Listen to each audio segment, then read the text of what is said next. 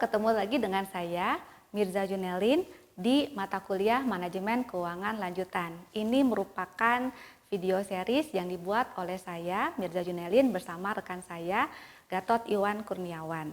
Di sini saya akan menjelaskan mengenai apa sih perbedaan antara term loans dengan leasing ketika kita membeli aset bergerak.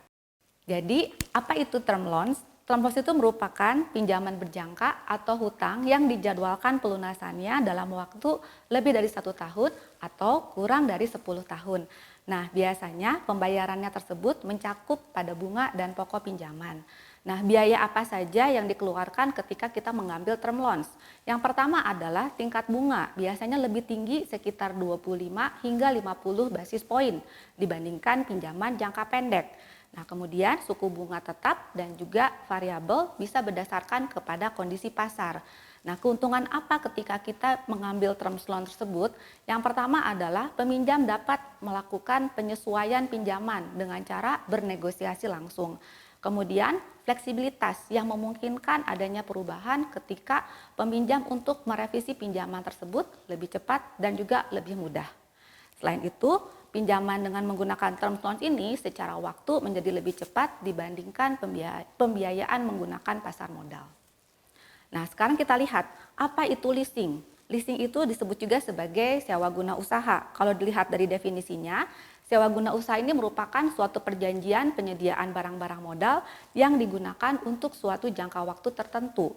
Nah, ada pengertian lain berdasarkan International Accounting Standard yang menyatakan bahwa sewa guna usaha ini adalah suatu perjanjian di mana lessor menyediakan barang aset dengan hak penggunaan oleh lease dengan imbalan pembayaran sewa untuk suatu jangka waktu tertentu. Nah, kita lihat ada beberapa pihak yang terlibat dalam leasing. Yang pertama adalah lease.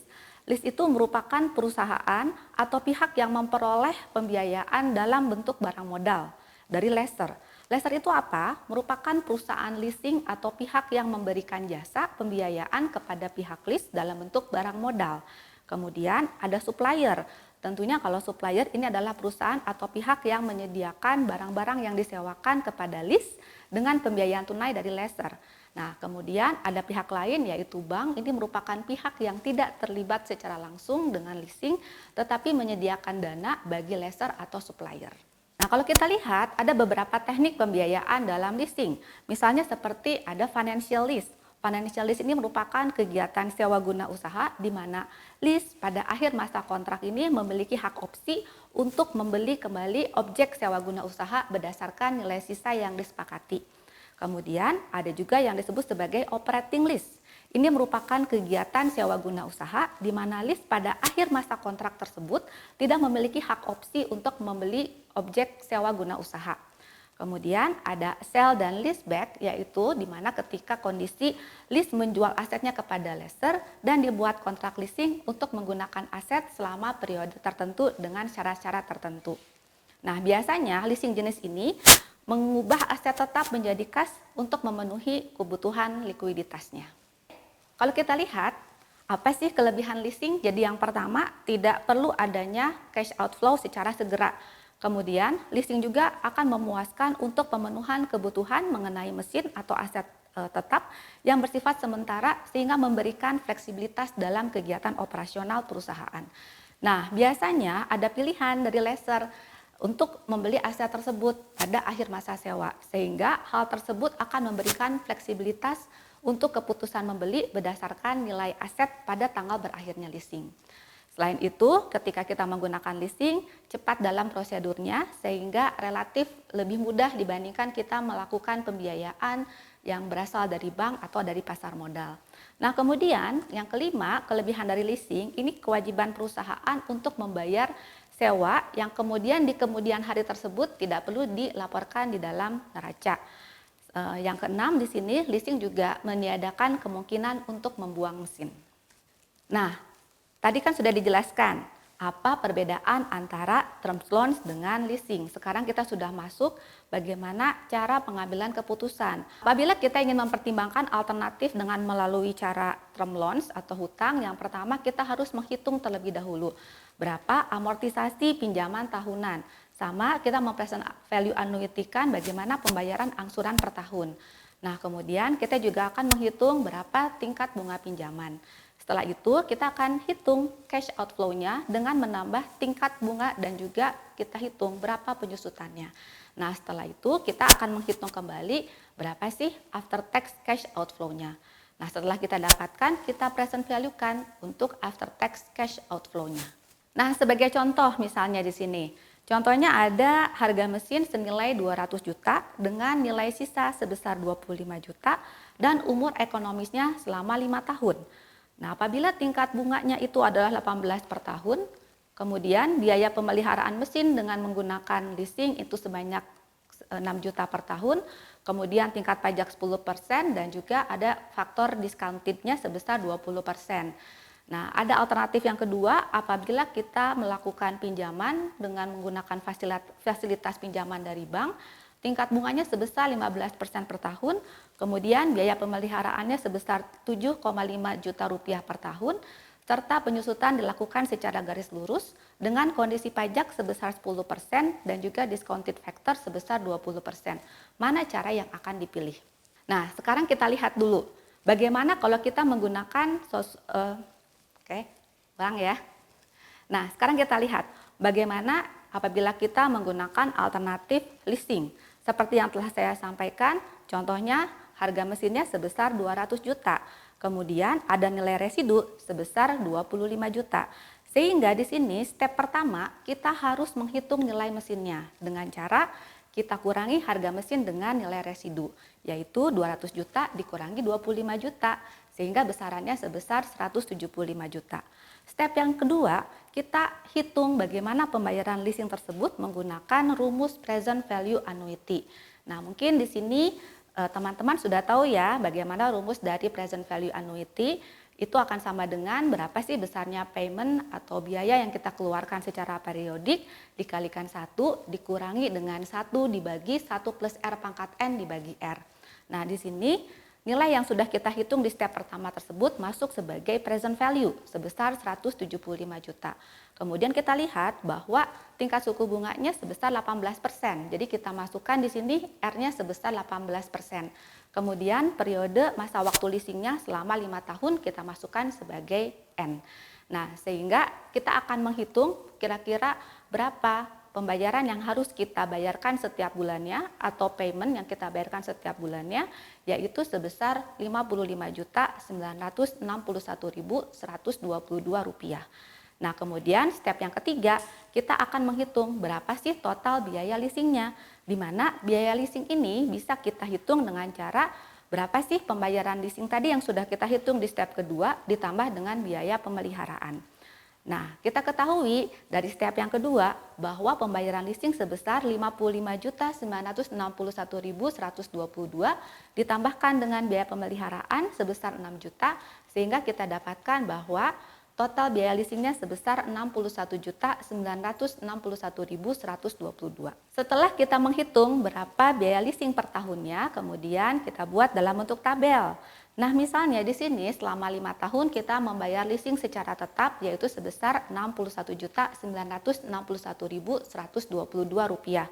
Nah, kemudian dengan tingkat pajak 10% kita akan hitung berapa cash outflow-nya dengan cara kita kurangi antara biaya leasing dengan tax shield-nya atau 10% dari total biaya leasing per tahunnya. Sehingga kita dapatkan bahwa cash outflow-nya setiap tahunnya akan sama, akan tetap, yaitu sebesar Rp55.765.10.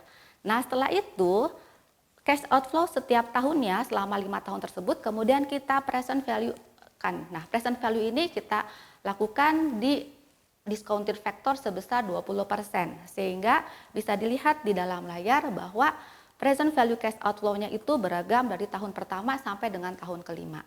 Nah, setelah itu kita jumlahkan berapa present value cash outflow-nya. Sehingga ketika kita melakukan kegiatan leasing tersebut, kita mengeluarkan cash outflow sebesar Rp166.771.516. Nah, sekarang bagaimana apabila kita menggunakan alternatif pinjaman? Tadi sama, di sini harga mesinnya sebesar 200 juta selama 5 tahun, kita menggunakan bunga dari bank sebesar 15%. Jadi yang pertama ketika kita meminjam uang dari bank, kita harus menghitung terlebih dahulu berapa amortisasi pinjamannya. Sama menggunakan rumus dari present value annuity di mana kita akan menghitung berapa sih pembayaran setiap periodenya. Nah, bisa dilihat bahwa pembayaran setiap periodenya itu sebesar Rp59.663.110. Nah, kemudian setelah itu kita akan buat perhitungan amortisasi pinjamannya, di mana kita lihat ya dengan cicilan sebesar Rp59.663.110 setiap tahunnya itu akan terbagi kepada bunga dan pokok pinjaman. Nah, kemudian setelah kita buat schedule amortisasinya, kita juga harus menghitung step ketiganya adalah bagaimana perhitungan penyusutannya. Penyusutan tersebut kita bisa hitung dengan cara menghitung harga mesin dikurangi dengan nilai residu dibagi dengan waktu penyusutannya. Seperti telah kita ketahui, harga mesinnya 200 juta, nilai residunya 25 juta dibagi dengan waktunya selama 5 tahun. Jadi penyusutannya rata-rata setiap tahunnya itu sebesar 35 juta rupiah. Nah, setelah itu kita langsung lanjut lagi ya, bagaimana cara kita menghitung cash outflow dengan menggunakan term loans tersebut. Tadi dari perhitungan amortisasi pinjaman kita bisa melihat berapa sih bunga yang harus kita bayarkan setiap tahunnya. Nah, dari schedule amortisasi pinjaman tersebut kita pindahkan ya ke tabel berikut bahwa bunganya itu setiap tahunnya berapa. Ditambahkan dengan biaya pemeliharaan mesin yang sudah diketahui di awal di soal, kemudian kita tambahkan juga dengan penyusutan yang telah kita hitung tadi. Kemudian kita jumlahkan dan kita hitung dari biaya-biaya tersebut kira-kira berapa sih pajak yang akan kita bayarkan. Nah, kemudian kita jumlahkan, setelah itu kita tambahkan dengan pokok pinjaman. Jadi kita juga harus membayar pokok pinjaman juga kita ambil dari tabel amortisasi pinjaman. Nah, kemudian karena di sini kita akan menghitung berbasiskan kepada cash flow, di mana biaya penyusutan itu secara cash sebenarnya tidak keluar. Sehingga setelah kita memasukkan pokok pinjaman, di sini penyusutan pun harus kita tambahkan kembali. Sehingga di sini jumlah dari biaya yang sudah dikurangi pajak ditambah dengan pokok pinjaman serta kita tambahkan lagi dengan penyusutan, kita akan mendapatkan berapa sih cash outflow yang kita keluarkan. Setelah kita dapatkan cash outflow-nya, kemudian kita present value-kan di masing-masing tahun. Setelah kita mendapatkan present value cash outflow-nya, kemudian kita tambahkan dari tahun pertama sampai dengan tahun kelima. Sehingga di sini kita dapatkan ketika kita menggunakan opsi untuk meminjam di bank, itu kita mengeluarkan uang sebesar Rp181.677.479. Kemudian nilai dari present value cash outflow ini kemudian kita kurangi lagi dengan nilai sisanya. Nah, tentunya jangan lupa ya, kita harus present value-kan terlebih dahulu dari nilai sisa tersebut.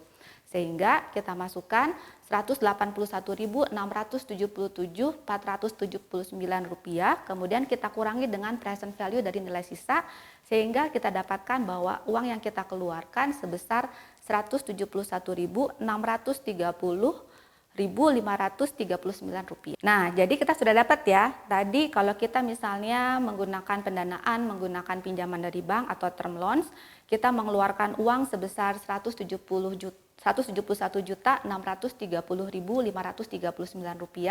Kalau kita menggunakan leasing, kita mengeluarkan uang sebanyak Rp166.071.516, sehingga kalau kita lihat ada selisih ya sebanyak Rp4.859.023. Sehingga di sini untuk keputusan pendanaannya kita akan menggunakan leasing. Mengapa? Karena di sini cash outflow yang kita keluarkan lebih kecil dibandingkan dengan pinjaman dari bank. Sekian materi terkait term loans dengan leasing yang merupakan salah satu materi di manajemen keuangan lanjutan. Sampai ketemu di materi berikutnya. Terima kasih.